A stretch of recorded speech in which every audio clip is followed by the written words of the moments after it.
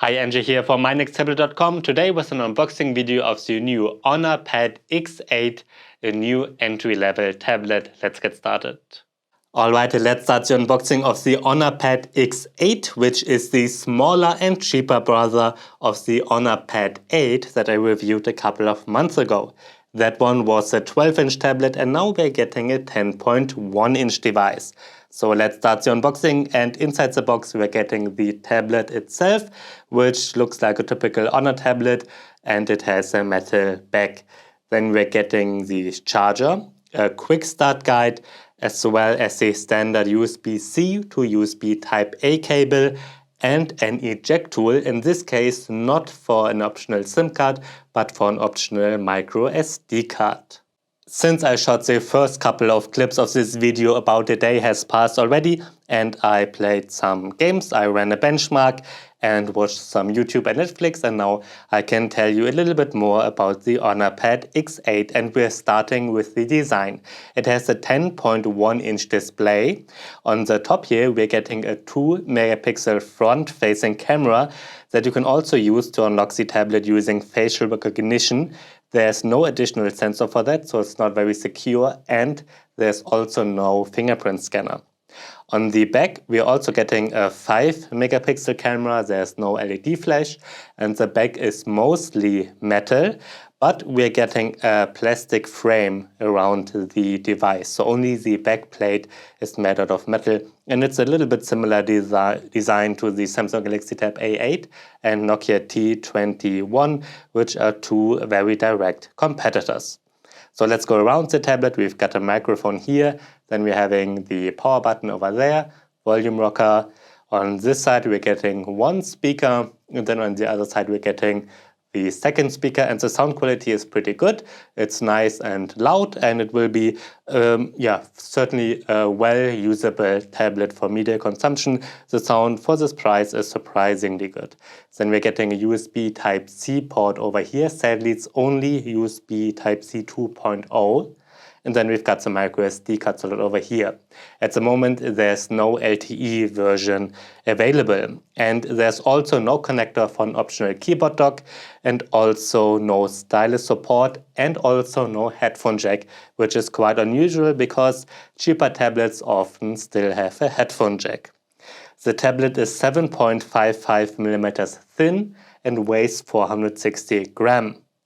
And then let's check out the display. It's 10.1 inches in size, so a standard 10-inch display, and it has a full HD resolution of 1920 by 1200 pixels, which is fine. I always think that this pixel density on a 10-inch tablet is okay, but if you look very carefully, then icons and text sometimes don't look super sharp. Like I said, I still think it's totally fine on a 10-inch tablet in this price range. It's standard, but just don't compare it to your high-end smartphone or you will be a bit disappointed. The viewing angles are pretty stable, so that's good. Colors and contrast are okay as well, and the brightness is also fine. It's not super bright and it's not super saturated like, higher end tablets, but overall the display is fine, and that's the theme of this tablet. It's not outstanding, but regarding everything I could see so far, it's fine. And it can play Netflix with HD resolution because it has a Widevine Level of L1. That's pretty good because it's not always the case, especially with Huawei tablets. Now let's look at the internal hardware. Inside the Honor Pad X8 sits a MediaTek MT8786 processor, together with 4GB of RAM and 64GB of internal storage. And like I said, at the moment there is no LTE version. You can see my Geekbench 5 benchmark comparison here, where it's on a very similar level as the Samsung Galaxy Tab A8. Like I said, it's a direct competitor. Now the Honor Pad X8 is a tiny bit faster, but it's really just a small, tiny bit, and in real life it will never be noticeable. But what is nice is that we're getting 4GB of RAM here and 64GB of storage as a standard, while with the Samsung, the cheapest version has only 3GB RAM and 32GB storage, which is a little bit too little for these days. And you can see me playing PUBG Mobile here. That game runs really well, especially when you set the graphics to HD. That's actually the highest you can set it to, but it runs really well. As you can see, it looks nice as well. But of course, it's not as detailed and the colors look not as amazing as on a higher end tablet. But overall, I really was able to play it just fine. So no problems with gaming here as long as you don't want to play with highest graphics settings. Like I said, HD is the highest. You cannot set it to HDR or Ultra HD. And then let's go to the software. On the Honor Pad X8 runs Android 12, and on top of it sits the Magic UI in version 6, which is the own interface from Honor, which looks very, very similar to Huawei's interface, since they both used to be the same company, but not anymore. So where do we have it here? Android 12. So we can see this little feature here, and we can check. It's Android 12. Now the interface has been customized quite heavily, like a standard with Huawei and Honor tablets, but since this is not Huawei anymore, we now have the Google Play Store, like with the 12-inch brother, and all of the Google apps, which is really nice, because with a Huawei tablet, we don't get these Google apps or services.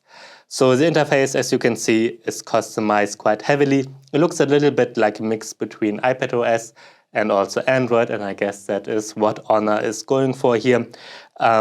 We get really large icons. There's no app drawer at the moment. You can set it up in the settings though. Then we get this little dock here. These you can configure yourself, and then some Huawei, or in this case Honor, is choosing.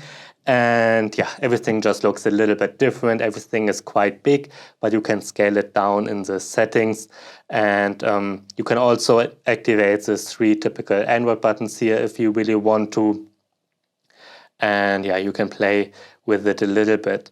So overall, the software is fine. There's a lot of stuff pre-installed, a lot of system apps like a file manager, some tools here, some advertising apps like Netflix, Facebook, WPS Office, and Booking.com. I already removed Booking.com to see if it can be removed, and it can be, so that's good. And I installed those benchmarks in the game myself. So overall, the software is fine, not amazing, but fine. Like I said, that's the theme of this video. Now, we don't know how often Honor will update their tablets, because their newest tablet that has been released internationally is the Honor Pad 8, which is only a couple of months old. So it just will take a while until we can see how many years of updates we will get with Honor tablets. What's pretty good is Samsung, of course. Lenovo is getting better and better, and also Xiaomi is getting quite good with updates. So let's hope that Honor is catching up here. And that's it already. This is a quick unboxing and my very first impressions. Like I said earlier in the video, overall this tablet seems fine, but it does not have a unique selling point. So I'm not sure if after I'm done with my review, if I will recommend it, especially compared to Samsung's, Nokia's and Lenovo's tablets. I will compare them for my final review, of course, and then we will see. Overall, my first impression is that it seems to be a decent tablet. It does not have any major downsides, but it also does not have any major upsides. It's just a standard entry-level tablet that is very similar to the competition. What is quite sad, but just reality at the moment, is that without lowering the prices, we get pretty much the same performance as last year and the year before, which I guess is just a little covered up inflation. So that's why the Honor Pad X8 here, and we've seen that with the Nokia T21 and so on as well, they just don't get any faster, but the price stays the same, which basically is like inflation, which is almost over everywhere in the world right now, especially in Europe and the United States. So that's just something we have to live with. At the moment, for the same price, the tablets don't get much faster, especially not in this price range. So not super exciting. It might be exciting when you see a deal during Black Friday or a similar event, and then yeah, that's the point when it will be really exciting. Before that, Probably not so exciting, but I still like that you get 4 GB and 64 GB out of the box.